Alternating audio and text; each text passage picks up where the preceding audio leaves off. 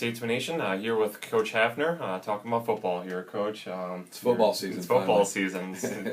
Finally got some games in NFL last couple nights, Right. so yeah, it's totally football season. It's football season here on William Penn's campus, and I guess real quick, just tell me how the first few days of practice are going. Well, they've been going great. We had over 145 kids report, so we feel really good about that.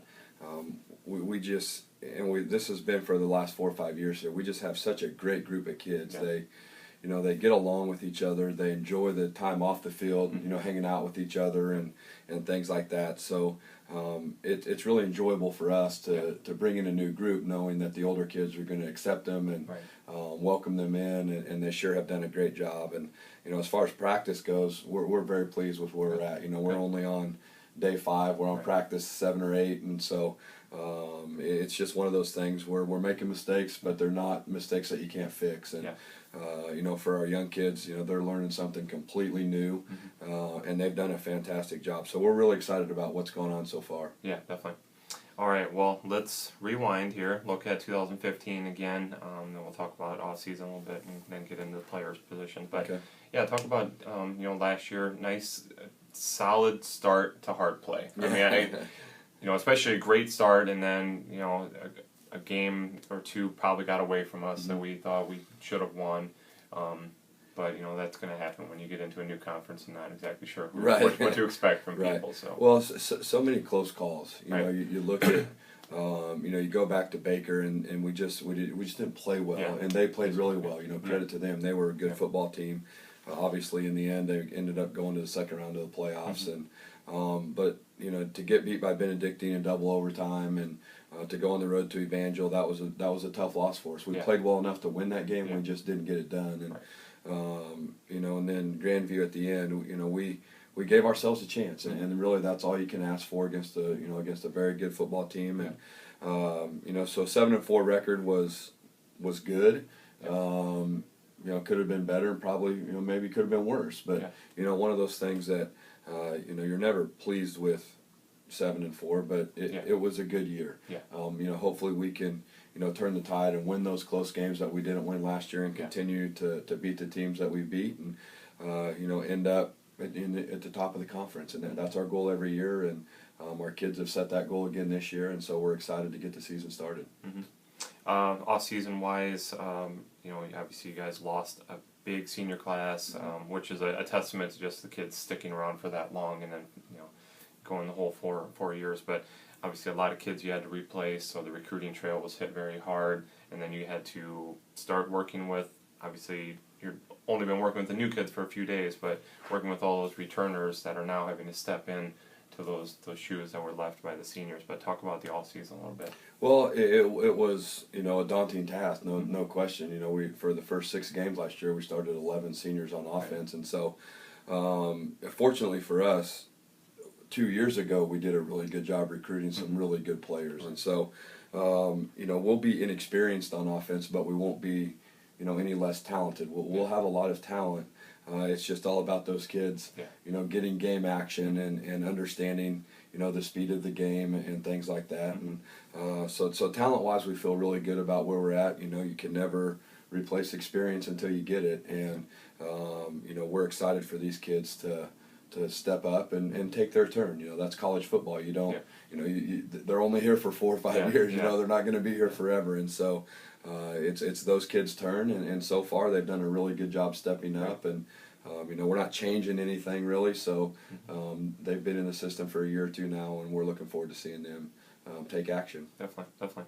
All right, well, let's get right into breaking them down a little bit, finding out who's all going to make up the Statesman 2016 team. So I guess quarterback's always a great way to start. So. Well, when we lost Tyler, he'd started for us for the last couple of years, but we've moved Van Parker from receiver to quarterback. He's done a great job for us. Eric Cooper is a returner, and he's done a great job for us.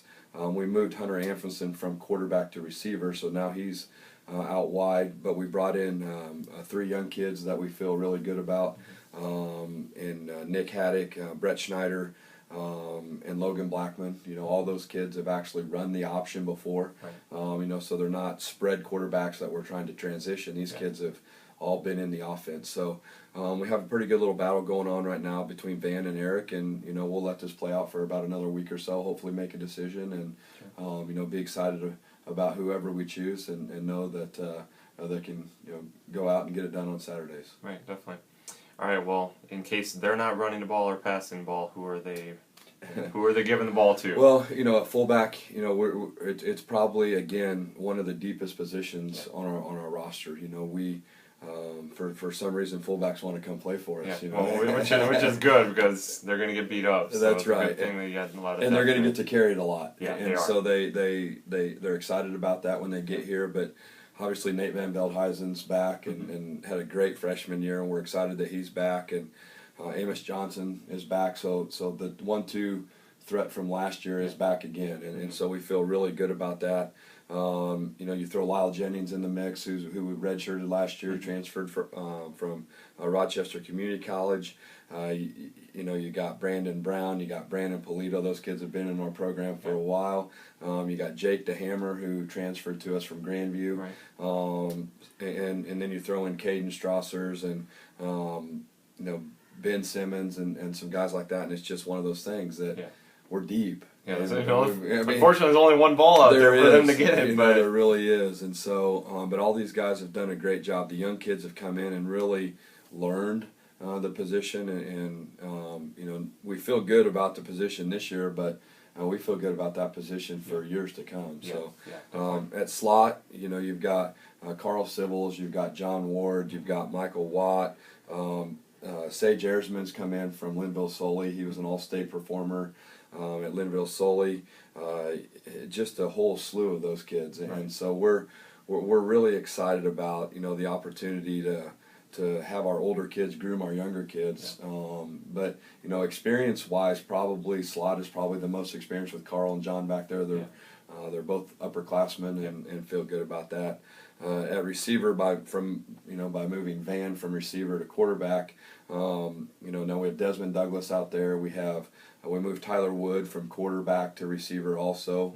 Tyler's will be a redshirt freshman from Newton, and he's done a fantastic job for us this spring. Tyler Phillips was in our system last year. Hunter Anfuson, I think I've already mentioned him, and Jeremiah Benson. So there's 5 receivers in an offense that you feel really good about. We lost Jatavius, and you lose him. It is no question about it. But we're going to try and replace him with 2 or 3 guys, not just one. And then at tight end, you have Corey Fitzgerald's back. He's coming off an injury from the spring. We're trying to still kind of work through some of that with him. Tanner Krieg is a transfer that we signed this summer. Feel really good about him. He's done a really good job for us. And then you have guys like Noah Smith and that are coming in that once they get the hang of what's going, how to operate the offense, we're going to feel really good. So. And then up front, you got Sione Mafua, who will replace an All-American, and that's not going to be easy. One Tongan with another. Right, Tongan, Polynesian, I guess I should say. Both from Tonga. Right, but Sione's done a great job for us, and he was really good in the spring, and he came back in good shape, and is going to be a great player for us. And we have a good battle going on at guard with Bo Picard and Michael Ott, and So there's a good battle going there, and then at tackle you have, guys like Nick Jackson. We've moved Hunter Daly from tight end to tackle.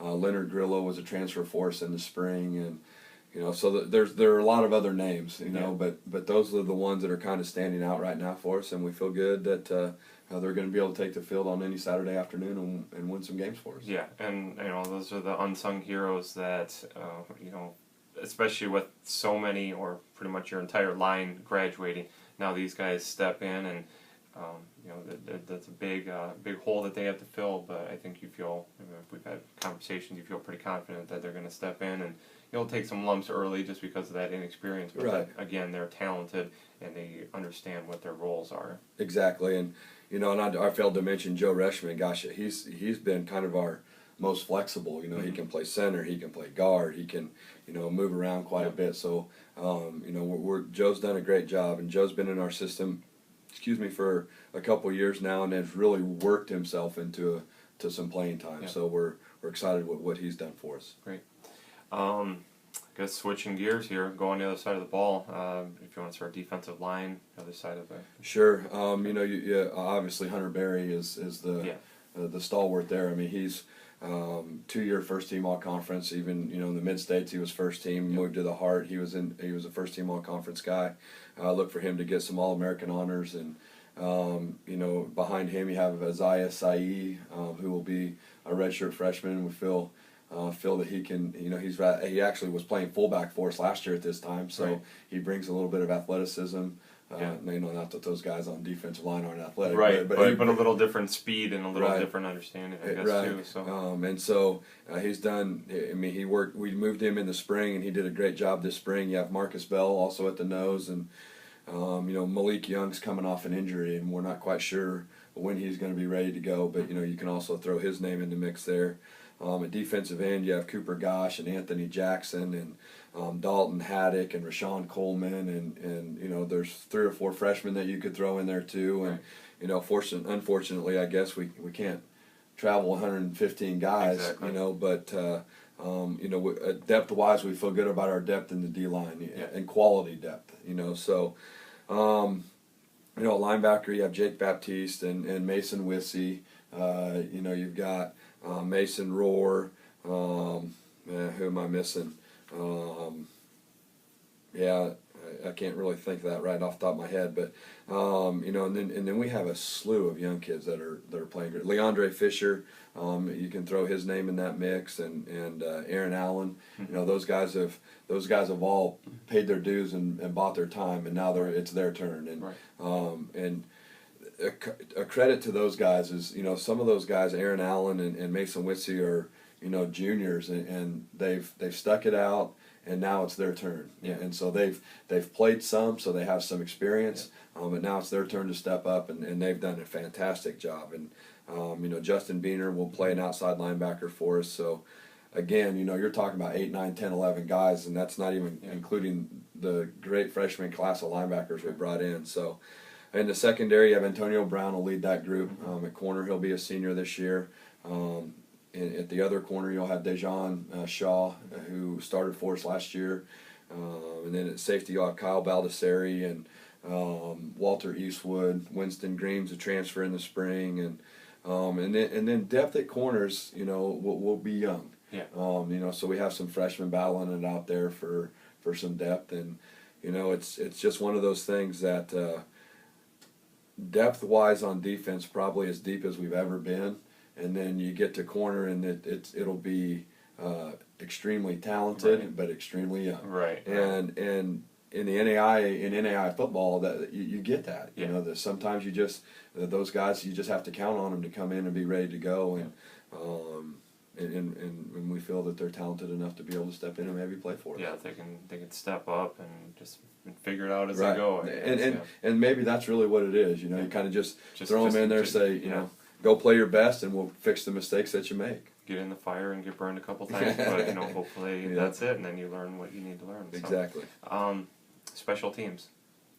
Well, at kicker we have Samson Tomajani's back. We have Hunter Beam, who's an incoming freshman who has a super big leg. Kickoffs were a little bit of an issue for us last year. Hopefully with Hunter we've kind of fixed that issue. At long snapper, we have a young man that doesn't play any other position on the field but long snapper, and that's Cody Brigham. And he's as good as anybody we've ever had. He's great attitude, great kid to have on the team. I mean, he's kind of the jokester on the team, and our guys just love him. And so at punter you'll have Aaron Allen. We kind of do a 2-punter system. So at the left-footed punter, you're going to have Tyler Wood, and so we'll be athletic at punter, which is kind of odd to say. But it's weird, but it's a good position to be athletic. With our rugby style, they need to be able to move. They do, and they can, and that's that's one thing last year we missed a little bit of. We only had the one punter, and it was right-footed, and so teams could kind of scheme us a little bit. But when you have 2 of them back there that can run it or fake it at any time, it just makes you stay on your toes. Especially with both of them, they're going to have good speed, especially Tyler being potential wide receiver Right. guys. Yeah, he could just dart Just right take off there. off. So, That's right. And when we had that 2 years ago, that it was Sam Tweed and Jason Johnson, we had that ability to do that. It sure made a big difference for us. So. Definitely. And then a holder, you have Tyler Wood's going to hold for all of our field goals and extra points. So Sure. I think that covers it. Yeah, definitely. The schedule is going to line up exactly as it did last year. I'm sure somewhere down the road this is going to change, obviously, maybe even before Mount Mercy and Clark start football. But the schedule will be just a mirror image of 2015, just flipping the host. But so you start with Missouri Valley at home, and then 5 other non-conference crossover games before getting into the North action. But I guess first let's talk about the non-conference, the Southern, the South Division games, and kind of how they're going to prepare you guys for the games that actually truly matter. Well, sure, and the thing about the NAIA is the conference games matter, but if you don't win the other part of them, you're never going to set yourself up to be able to get in the playoffs. So, we start with Missouri Valley, obviously, perennially one of the best teams in the country, not just the conference. And so, we'll start with them at home, feel good about that in a night game, and then, we'll go on the road to Mid-Am-Naz for an 11 o'clock game. It's the ESPN TV game, triple overtime game last year. Great game. Football game. It was a crazy game. That's putting it mildly. Yeah, right. It's amazing. Right. A great ending for us. But I'm sure that'll be in the back of their mind. And then we come home for Baker. And hopefully we can, perform a lot better than we did. Again, another TV game that week. So 11 o'clock start there. Then we go on the road to Central Methodist, and we played really good. We were worried last year after the Baker game what was going to happen. Well, we came out and played against Central Methodist. We played great. So then we come home for Evangel, a game that we went on the road for last year and played good. We just didn't get it done. Yeah, we couldn't put it in the end zone. Right, I think was we couldn't make any plays. We just didn't make. We had yards. We didn't really turn it over a lot, but we just couldn't get it in the end zone. And so, and then so we'll play Evangel at home, and then we'll have Avila on the road, and so that kind of finishes that.